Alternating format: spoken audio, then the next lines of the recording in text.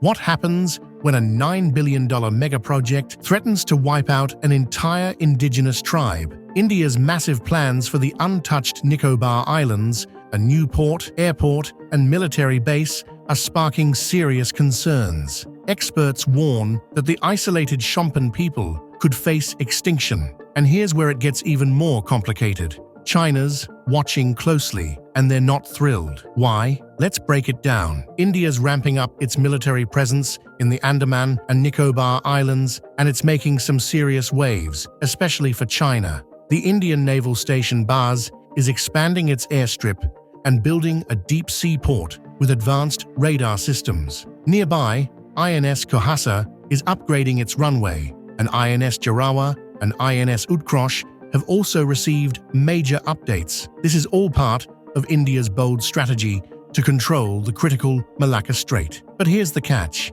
This plan could devastate the indigenous Shompen tribe, isolated and vulnerable on Great Nicobar Island. As India flexes its military muscles, China is definitely paying attention. So first, let's dive into the geopolitics of the Indian Ocean and the escalating Indo-China rivalry. And later, we will explore what's at stake for the Shompen people. The Indian Ocean holds immense strategic value, serving as a key crossroads for some of the world's busiest sea lines of communication, or SALOCs. These routes are the lifeblood of global trade, allowing warships and commercial vessels to transport everything from the appliances we use daily to the fuel that powers our lives. And at the heart of this region sits India, blessed with a geography that places it right between the ocean's most critical choke points. The towering Himalayas protect India from potential threats to the north, while the Thar Desert forms a natural buffer to the west. For decades, land defense was India's top priority, focusing heavily on its army. But now, things are changing. India is starting to realize the importance of its navy, and it's not just because of geography. Three factors are driving this shift: trade, maritime security, and perhaps most importantly, the growing influence of China. As China becomes more assertive in the Indian Ocean, India is shifting its focus from the Arabian Sea, where it's been keeping an eye on Pakistan, towards countering China's expanding presence across the wider Indian Ocean region. However, this shift is easier said than done. To truly secure its interests in the Indian Ocean, India needs a much larger and more advanced navy. With that goal in mind, India launched an ambitious 15-year modernization plan to expand its fleet from 140 to 200 warships by 2027. But the reality is far more challenging. With ongoing border tensions with both Pakistan and China in the Himalayas, India's defense resources are spread thin. While the Navy has received an increase in funding, much of it is tied up in fulfilling existing contracts, leaving little room for new acquisitions. As it stands, India's naval modernization might fall short, leaving its fleet a few dozen ships behind target. Still, despite these hurdles, India has managed to acquire some advanced warships, submarines, and weaponry, though not enough to match China's maritime dominance. But all the while, India is stepping up its game in the Indian Ocean, crafting strategic alliances and building its influence to counter China's growing presence. And the key to this strategy?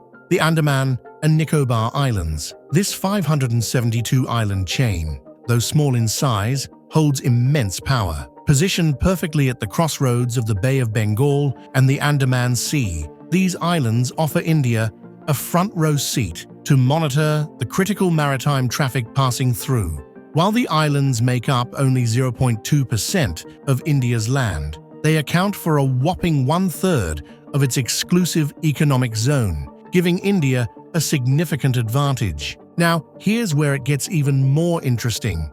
The island's strategic location, near the Malacca Strait, the gateway for 70,000 ships annually, many of which carry 80% of China's hydrocarbon imports, makes them a crucial chess piece in the region. India recognizes this and has been steadily increasing its military presence on the islands, with 7 military bases and 24 civilian ports already in operation, India is laying the groundwork to control the western entrance to the strait, which could significantly disrupt Chinese activities.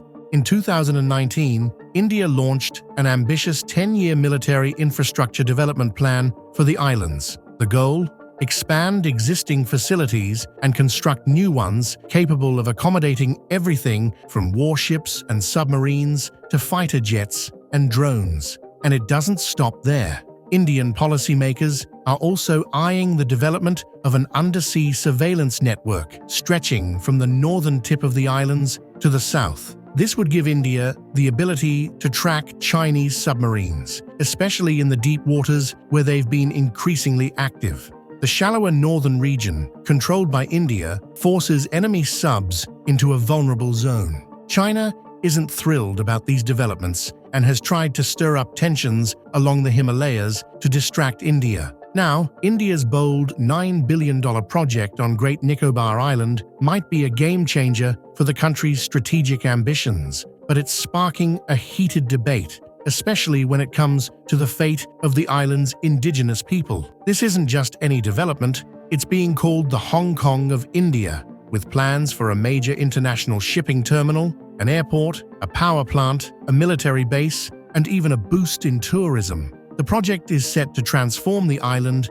into a hub of economic activity, but there's a looming cost that's stirring serious concern: the future of the Shompen people. Around 100 to 400 Shompen, one of the world's last hunter-gatherer communities, live on Great Nicobar. These isolated people depend on the island's thick rainforests for survival and have had minimal contact with the outside world. Now, academics from around the globe are sounding the alarm. They've warned that if this project goes ahead, it could spell disaster for the Shompen. For the government, though, this project is about more than just economic growth. It's about securing India's position in the Indian Ocean, especially with China ramping up its presence in the region. Furthermore, environmentalists aren't staying quiet either. This island, home to unique species like long-tailed macaques, tree shrews, and Scops owls, is one of India's last natural havens.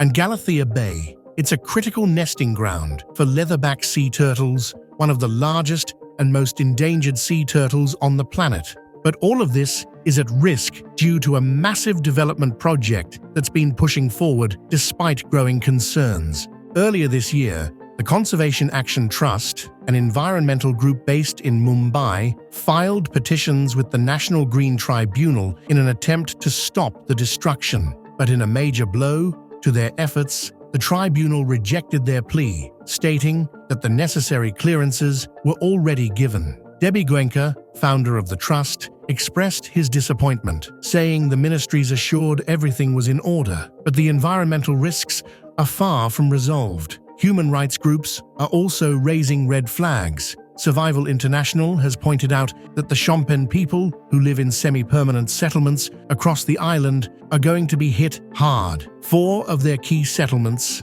and hunting grounds are set to be wiped out, leaving them with nowhere to go. With biodiversity, indigenous cultures, and rare species all facing serious threats, this project has sparked fierce opposition. What do you think? Drop your thoughts in the comments below, and don't forget to hit that like button and subscribe for more eye-opening stories. Thanks for tuning in.